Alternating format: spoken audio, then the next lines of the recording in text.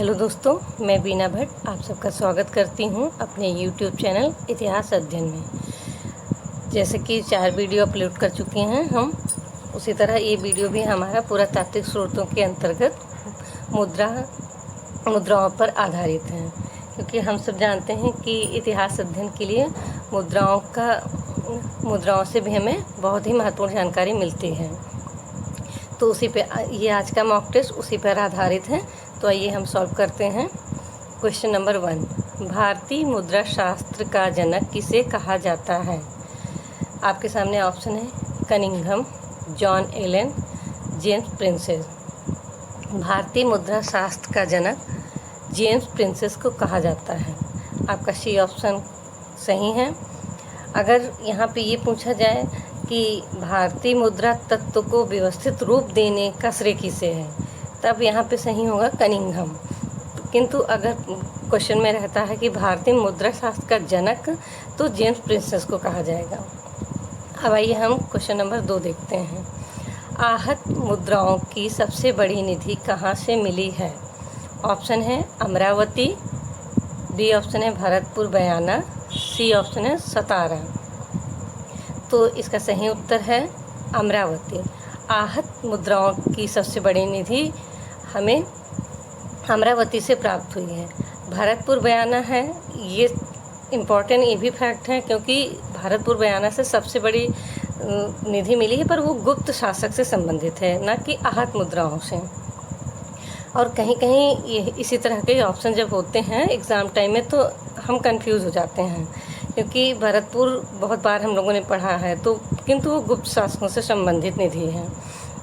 और सतारा भी है, सतारा से भी हमें सातवाहन शासकों के भी मिले हैं, शक शासकों के कुछ मिले हैं। तो इम्पॉर्टेंट तीनों फैक्ट हैं। पर अगर क्वेश्चन में होगा आहत मुद्राओं की सबसे बड़ी निधि, तो आपका सही होगा अमरावती। आइए देखते हैं क्वेश्चन नंबर 3। सिक्कों के माप पद्धति ब्रैकेट में मैंने लिख दिया आकार एवं भार का अध्ययन को क्या कहा जाता है? आपके सामने है न्यूमिस्मेटिक्स, मेट्रोलॉजी, पेलियोग्राफी। तो इसका सही उत्तर है मेट्रोलॉजी। ये क्वेश्चन भी कई बार लोगों को कंफ्यूज कर देता है, क्योंकि सिक्कों के माप पद्धति आकार का अध्ययन मेट्रोलॉजी, पर ज़्यादातर लोग इसको न्यूमिस्मेटिक्स को सही कर देते हैं। तो आप ध्यान रखिएगा कि सिक्कों के अध्ययन को कहा जाएगा, तब आपका न्यूमिस्मेटिक्स होगा। पर अगर सिक्कों की माप पद्धति, भार, आकार और भार के अध्ययन पूछा जाएगा, तो वहाँ पे आपका मेट्रोलॉजी सही होगा। अब आइए क्वेश्चन नंबर 4, अभिषेक लक्ष्मी का प्राचीनतम अंकन किसके सिक्कों पर मिलता है? आपके सामने ऑप्शन है एजिलिसिस, मिथ्रेडेटस, पेंटालियन।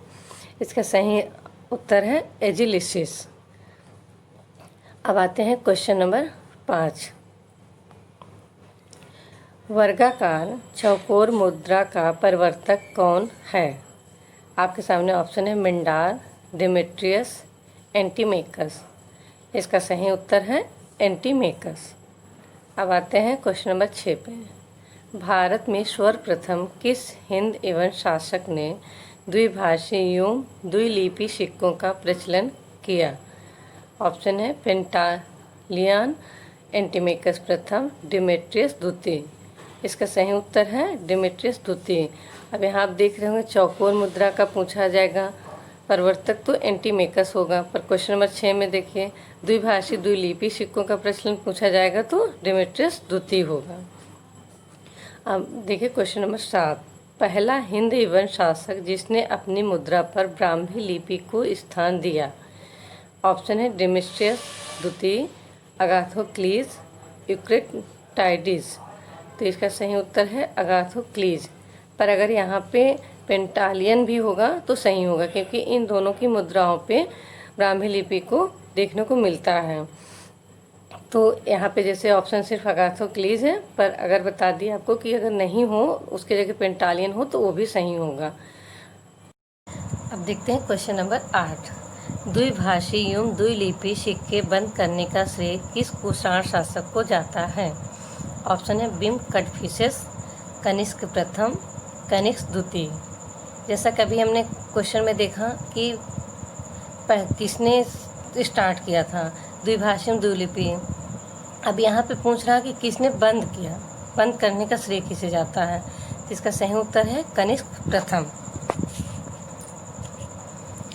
अब आते हैं क्वेश्चन नंबर 9 पे। भूमिदान से संबंधित प्राचीनतम ताम्रपत्र।